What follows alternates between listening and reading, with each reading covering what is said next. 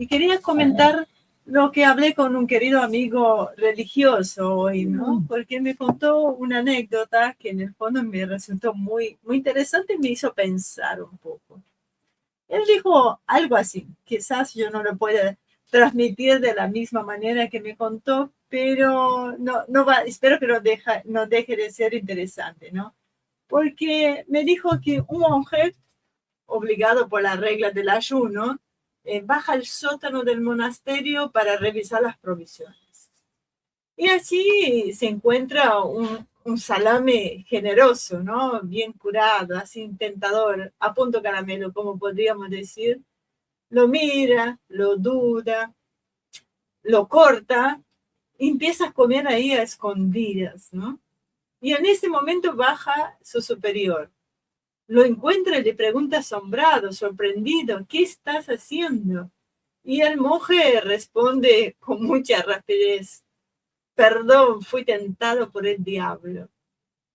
Y desde algún rinconcito, ¿no? Ahí del sótano, el diablo aparece y dice con una convicción que sorprende, dice, no, esta vez yo no tuve nada que ver. Entonces empecé a pensar, ¿no? En nuestra propia sociedad. La anécdota quizás no estuvo muy bien contada, pero me hizo pensar algo y parece que uno puede llegar a reflexionar un poco cómo estamos, porque cuando una sociedad comienza a deteriorarse, cuando saca, ¿no?, lo peor de sí misma, cuando se vuelve más agresiva, más egoísta, más desorientada, ¿cuál es la primera reacción? La primera reacción suele ser buscar una fuerza externa que explique el fenómeno, ¿no? El enemigo, la entidad maligna, y no porque no la haya en algunos casos, pero muchas veces no hay nada sobrenatural, simplemente están las manos humanas que exacerban estas reacciones y simplemente hay impulsos humanos desatados en un contexto que dejó de contenerlos, ¿no? Porque hoy vemos cómo se dividen nuestras sociedades, cómo pierden las referencias comunes, cómo discuten categorías básicas que durante siglos fueron estructurantes, ¿sí? Teníamos una estructura. Hoy vemos una violencia creciente, un hedonismo externo, un narcisismo amplificado por las redes sociales, las identidades convertidas en campo de batalla simbólico, ¿no? Y vemos, por supuesto, una economía emocional que premia, ¿no? Que premia el castigo y castiga la moderación. Que premia el escándalo, quise decir, que premia el escándalo y castiga de cierta manera la moderación.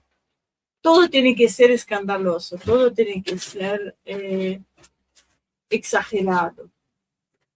Y a veces pienso que no es necesario recurrir a explicaciones místicas para entender algunas cosas.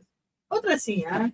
Porque tampoco, no te voy a decir que no haya una mano rara, no material, dando vueltas por ahí. Y lo que está ocurriendo me parece muy complejo, ¿no? Porque las estructuras que regulaban el comportamiento colectivo, que era la religión, la familia, la comunidad, la autoridad cultural, esto se ha debilitado.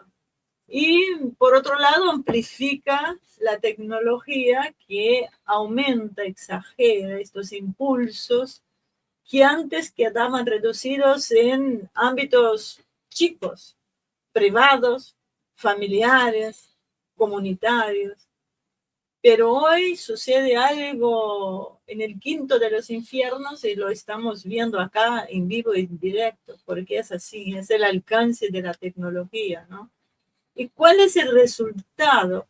Yo creo que el resultado es una sociedad más reactiva, más emocional, menos estable físicamente, menos estable espiritualmente.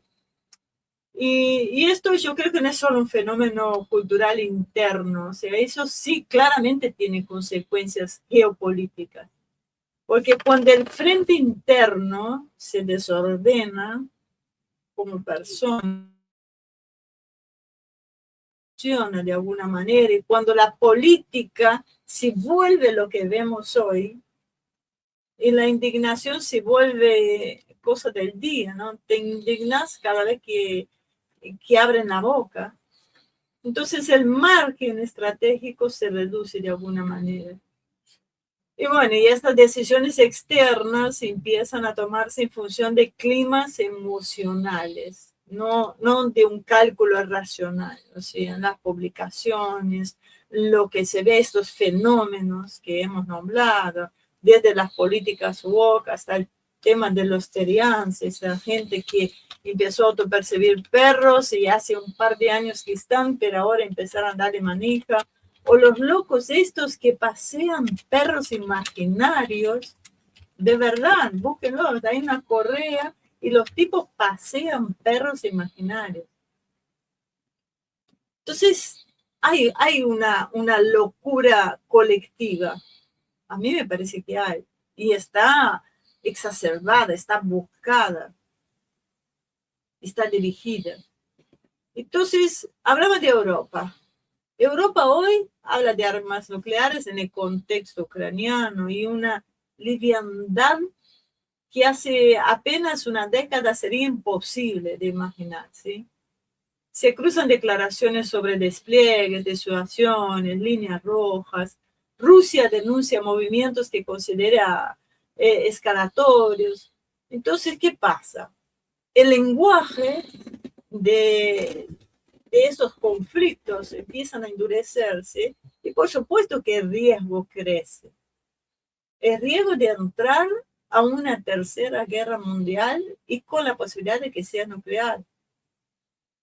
Entonces, en este contexto, que yo creo que estamos ante una fuerza maligna que empuja el mundo hacia un abismo.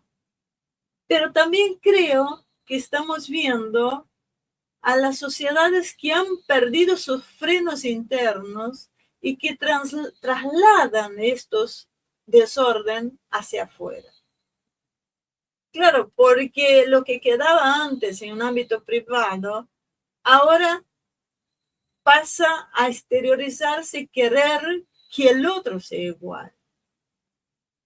Y yo creo que ese es el punto de contacto con el programa que tenemos preparado para ustedes hoy, porque cuando analizamos el frente interno como objetivo, cuando hablamos de guerra en las sombras en Rusia, no estamos hablando solo de operaciones encubiertas, de presiones indirectas, estamos hablando de algo más amplio, que es la disputa por la estabilidad emocional, moral y espiritual de las sociedades.